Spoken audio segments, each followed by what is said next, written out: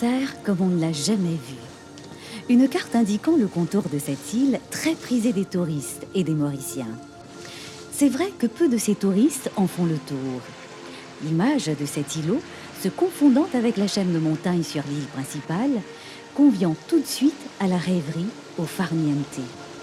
L'endroit bénéficie d'un environnement sain. Ici, la balance écologique est toujours respectée. La présence de ces mangliers le prouve bien.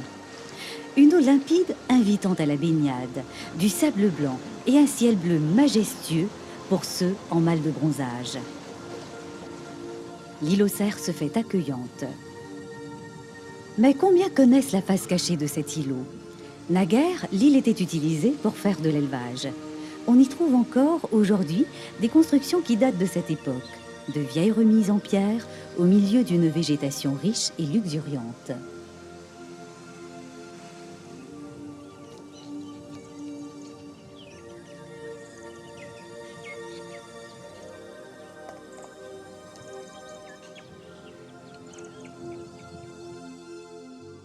L'île aux Cerfs se situe au large de Trou d'eau douce, dans le plus grand lagon de Maurice.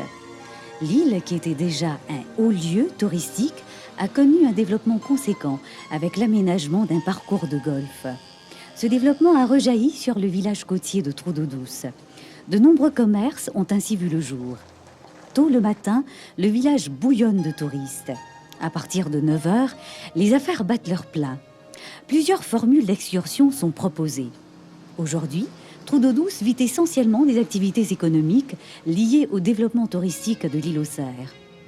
Le transport des visiteurs en est une parmi plusieurs autres. On peut se rendre sur l'île aux Cerfs au choix, en speedboat, en catamaran ou encore sur de petites barques à moteur. Souvent, ces embarcations, qui ont demandé de lourds investissements, sont ramenées à terre le soir pour être remises à l'eau le lendemain. Question de sécurité. Une véritable industrie en a vu le jour. Des pique-niques sont organisés, des promenades sont proposées. L'esprit d'entreprise et d'originalité des Mauriciens est à la hauteur de leur réputation. Il y en a pour tous les goûts et pour toutes les bourses.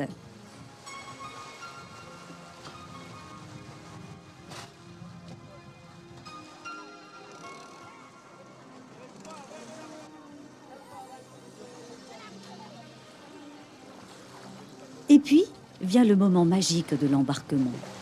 Mauriciens et touristes pêle-mêle montent à bord. Une vive excitation règne sur la plage. Les skippers et leurs seconds sont rodés à l'exercice. Ils connaissent bien leur rôle et sont devenus de véritables professionnels. Les embarcations commencent leur navette. Ici, il n'y a point d'embouteillage, ni de longues attentes, sauf une certaine impatience à se retrouver sur l'île aux Cerfs pour profiter de ce lieu paradisiaque. Si la visite à l'île aux Cerfs a surtout pour objectif de passer quelques heures au calme, sans stress, profitant de la plage et de ses activités sportives, certains s'y rendent pour d'autres raisons. L'équipe de couleur marine a surpris ce couple qui s'y rendait pour célébrer son mariage. Parents et amis avaient pris place dans des bateaux, tandis que les futurs mariés étaient installés dans une embarcation parée de ballons et de guirlandes.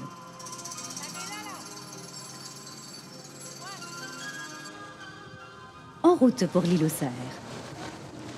Le trajet est de courte durée, une quinzaine de minutes. La route est très fréquentée. Les skippers connaissent le trajet comme leur poche. Ils nous conduiraient les yeux fermés. On longe l'hôtel Le Toes Rock, qui gère l'île aux Cerfs, avant de nous diriger droit vers le débarcadère.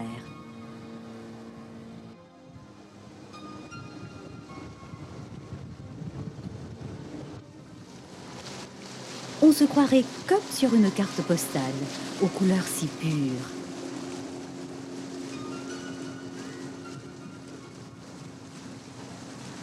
Alors commence la découverte de l'île.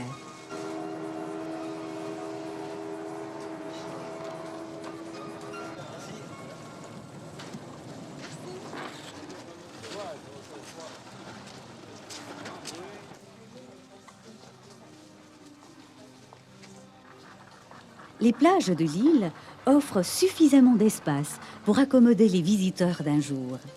Namaste. Chacun trouve sa place et s'y installe. Un bon livre pour compléter l'évasion, ou alors partir à la recherche d'un coin perdu pour se couper davantage du monde. D'autres ne se font pas prier pour piquer une tête et profiter de la mer qui vient lécher les plages de sable blanc.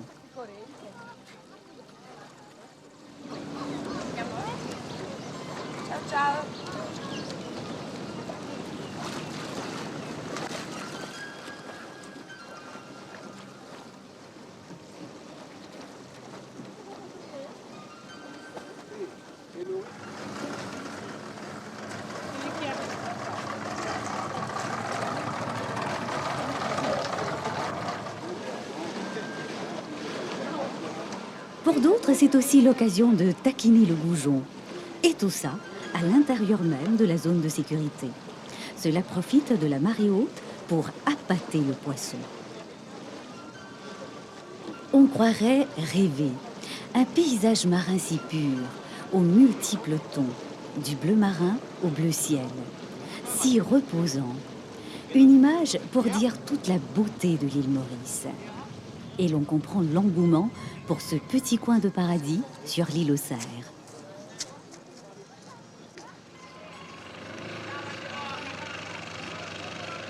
À l'île aux Cerfs, les affaires se sont mises au diapason de l'ambiance ambiante. Les marchands de plage, nombreux sur l'île, ont préféré adopter le style folklorique. Ils ont, il y a quelques années, résisté aux autorités de l'île. Ils ne voulaient nullement s'installer sous un même toit, à l'intérieur de l'île, à quelques dizaines de mètres de la plage.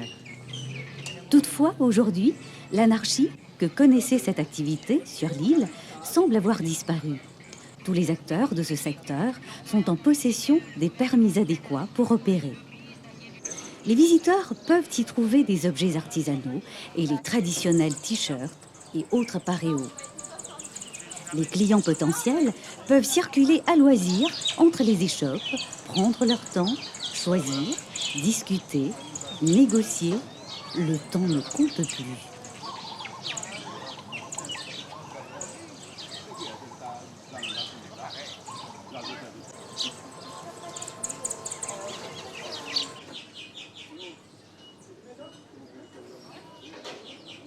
Ceux qui fréquentent l'île peuvent aussi se restaurer sur place. En effet, 2 restaurants offrent une diversité de plats bien différents. Le restaurant Paul et Virginie se spécialise dans des grillades de fruits de mer et bénéficie d'un service plus rapproché. La cuisine se fait à partir de produits frais qui viennent des environs et particulièrement, on s'en doute, du village de Trou d'Eau Douce.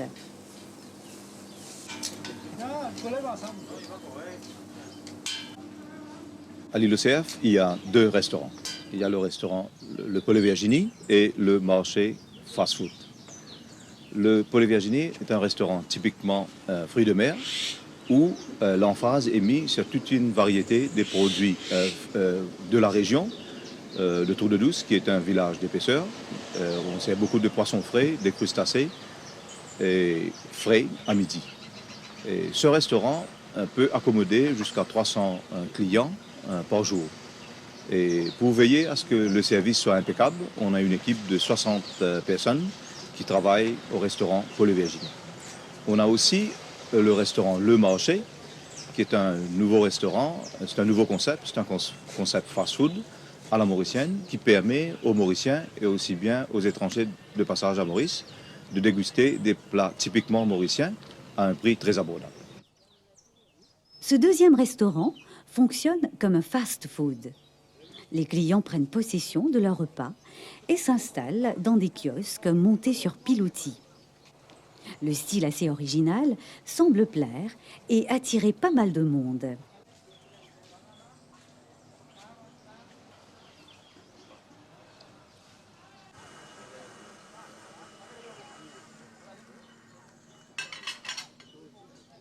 Que ce soit dans l'un ou l'autre restaurant, l'ambiance est conviviale. On y découvre un autre rythme de vie. On sent l'atmosphère vacancière qui plane. Et les visiteurs passent de longs moments à table.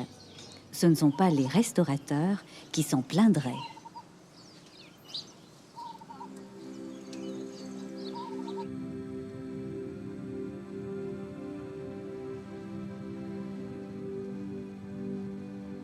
Nous quittons la partie la plus fréquentée de l'île pour nous diriger vers la partie la plus cachée, voire la moins connue.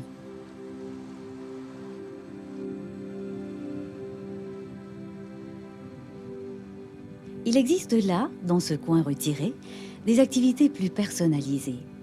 Des prestataires imaginatifs proposent à leurs clients des packages. Tout est prévu. Traversée, des chaises, des tables, le repas. Les clients se font chouchouter dans une ambiance plus intime, plus familiale. Ici, c'est le style pique-nique qui est adopté. Certains trouvent même le temps pour aller à la pêche aux oursins. Ah, les vénards!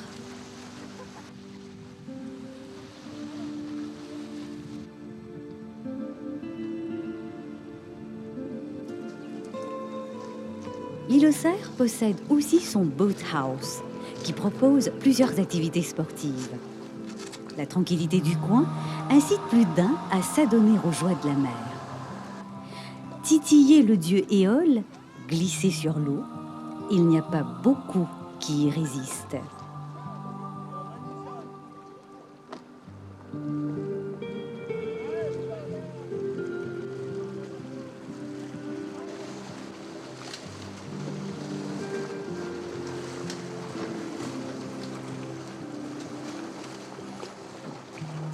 Alors, toute voile dehors, petits et grands virent de bord pour prendre le vent, tandis que d'autres préfèrent le kayak et pagayer à la force de leurs muscles. Loin des hors-bords, sur une mer couleur azur, glisse majestueusement cette embarcation autour de l'île aux Cerfs.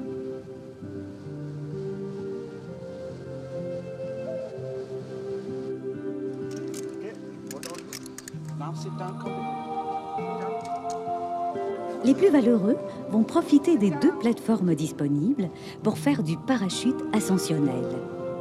Tiré par un bateau à grande vitesse, le parachute s'élève dans le ciel, emportant avec lui ses passagers. C'est là une expérience qu'il faut tenter au moins une fois dans sa vie.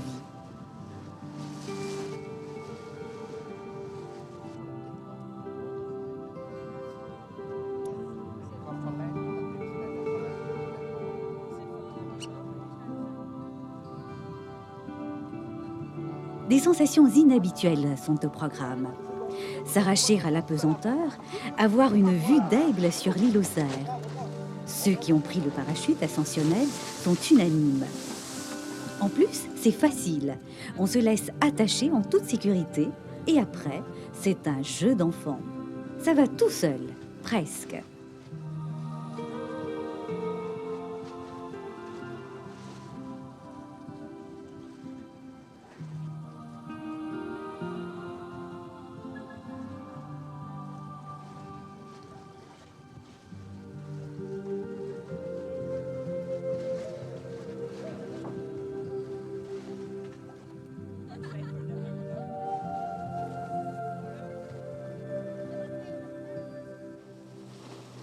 Le ski nautique à l'île aux Cerfs se pratique exclusivement dans une zone délimitée.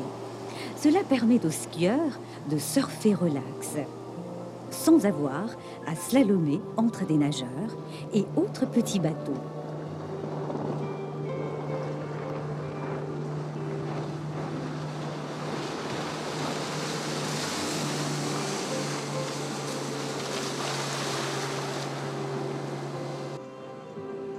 Ceux qui ont moins le pied marin n'ont qu'à se laisser tirer bien calés sur d'énormes flotteurs. Apparemment, comme dirait l'autre, c'est top.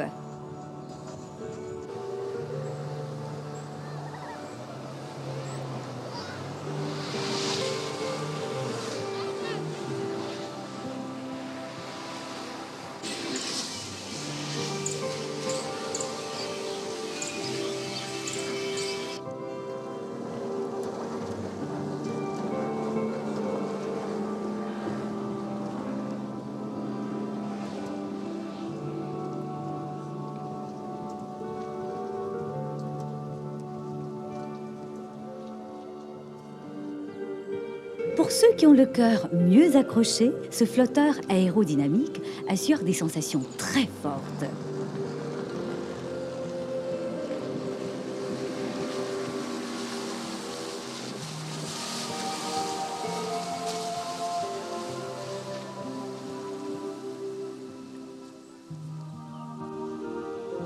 Depuis la fin de l'année 2003, l'île aux Cerfs est dotée d'un parcours de golf de réputation internationale.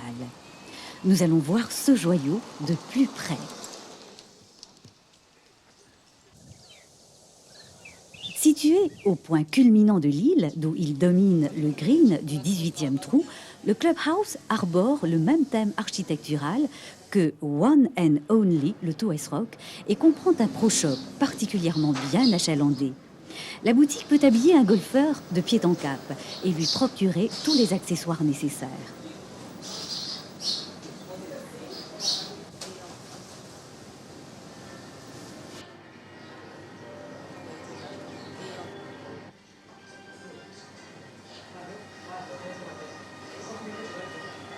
À côté, c'est un restaurant de 68 places et un bar décontracté offrant une vue panoramique du golfe et de l'océan avec les montagnes de Maurice en toile de fond. Le golfe de l'île aux Cerfs est particulier par rapport au site sur lequel il est situé. Il y a très peu de parcours de golf au monde où l'accès se fait par la mer. Le parcours est long de 6 476 mètres et occupe 80% de la surface totale de l'île.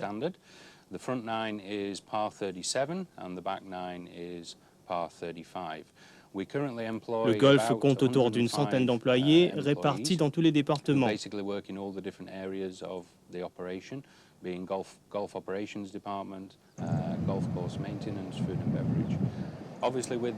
Le fait même que ce golfe se trouve sur une île, son aménagement a dû prendre en considération plusieurs données au niveau de l'environnement. Nous avons sur l'île plusieurs espèces protégées. Le plan du parcours s'est ainsi adapté à cette réalité. Nous suivons à la lettre le code de conduite en ce qu'il s'agit de la protection de l'environnement lors de l'entretien du parcours de golf. Nous avons planté, voire replanté, quelques 45 000 plantes dont les variétés existaient sur l'île. Les responsables envisagent dans un proche avenir de planter jusqu'à 100 000 plantes sur l'île. D'autre part, il existe un projet pour enlever les arbres considérés comme inutiles et les remplacer par des plantes indigènes. Des efforts seront entrepris pour attirer d'autres espèces d'oiseaux à venir rejoindre la vingtaine de variétés déjà existantes sur l'île. Les étangs ont été relookés pour être à la fois utiles et pour s'insérer dans le paysage global du golfe. Pour ceux qui souhaiteraient peaufiner certains aspects de leur jeu, il y a une David Leadbetter Golf Academy. L'Académie David Leadbetter est ouverte à tous les publics, à tout le monde, aux Mauriciens comme aux touristes qui se trouvent dans tous les hôtels ici de l'île. Ici, nous vous accueillons dans un seul souci, vous faire progresser. Que vous soyez débutant, joueur confirmé, joueur professionnel, nous vous accueillons avec des facilités hors du commun. Nous avons un service en leçon, nous avons un practice magnifique. Vous êtes pris en charge de A à Z. Si vous n'avez pas de matériel, ce n'est pas grave. Vous venez en basket, nous vous fournirons les clubs et nous vous apprendrons tous ces rudiments. L'installation de cette académie est hors du commun. C'est même rare de voir en Europe des académies aussi bien fournies en matériel. Nous avons ici 2 caméras fixes, une caméra de profil, une caméra de face, un écran géant au plasma qui vous permet ainsi de voir votre mouvement de face et de profil en direct, ce qui vous permet de vous améliorer, de corriger votre mouvement en permanence et en direct. Vous tapez depuis l'intérieur d'une salle climatisée vers un practice ouvert avec des vraies balles de practice, des vraies balles de jeu.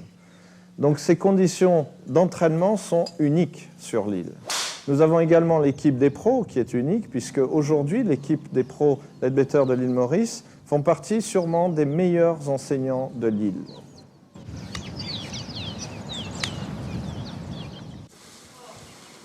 Pour s'assurer que le golfeur puisse vivre à l'île aux Cerfs une expérience digne de One and Only, la gestion du golf a été confiée à IMG Golf Course Management, dont les golfs sont réputés à travers le monde.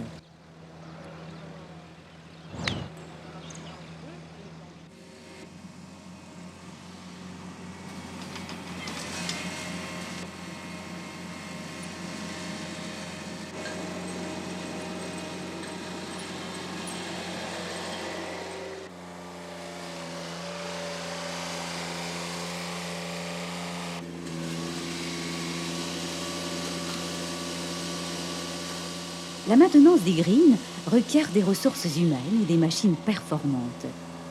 Ici, le gazon est chouchouté, cajolé par diverses machines. Chaque surface, chaque type de terrain, chaque partie du golf requiert des machines adaptées aux besoins spécifiques.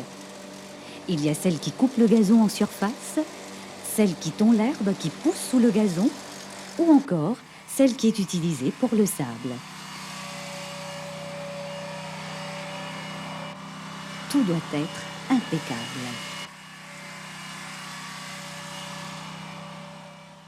Un tour à l'atelier fait découvrir une panoplie d'engins utilisés. C'est de l'eau usée et traitée par la propriété sucrière de Beauchamp qui vient remplir ce réservoir et en assurer une distribution continue. Le One and Only Île aux Cerfs Golf Course n'a pas fait dans la dentelle. Il dispose d'un système d'arrosage à la pointe de la technologie.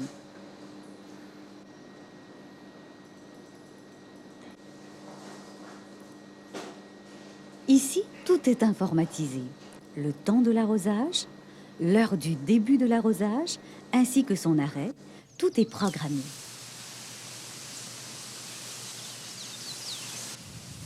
C'est pendant la nuit que se fait l'irrigation pour ne pas gêner les joueurs. L'arrosage se fait à travers 18 circuits, pourvus chacun de 22 points de débit. De quoi couvrir toute l'étendue du golf. Vu son étendue justement, les joueurs utilisent des golf carts pour se déplacer sur le parcours. Ces véhicules fonctionnent sur batterie et ne causent pas de pollution.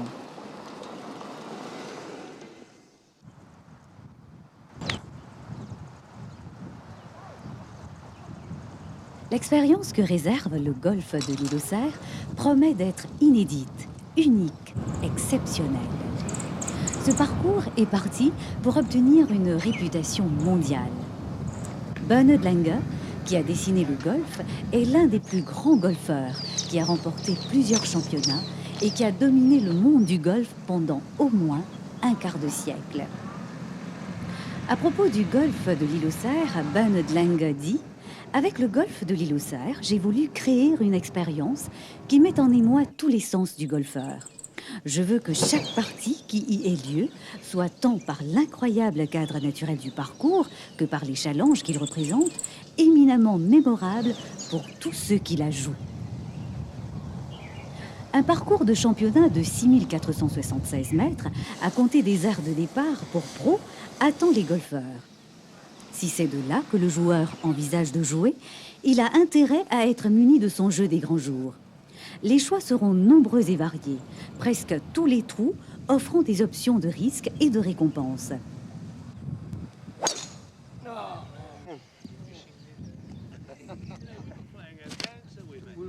Les 4 aires de départ, pourvues sur chaque trou, offrant une variété d'angles d'attaque et d'approche. Si les plus reculées d'entre elles présentent des challenges certains pour les joueurs les plus chevronnés, les plus avancées sont quand même à la portée du joueur moyen.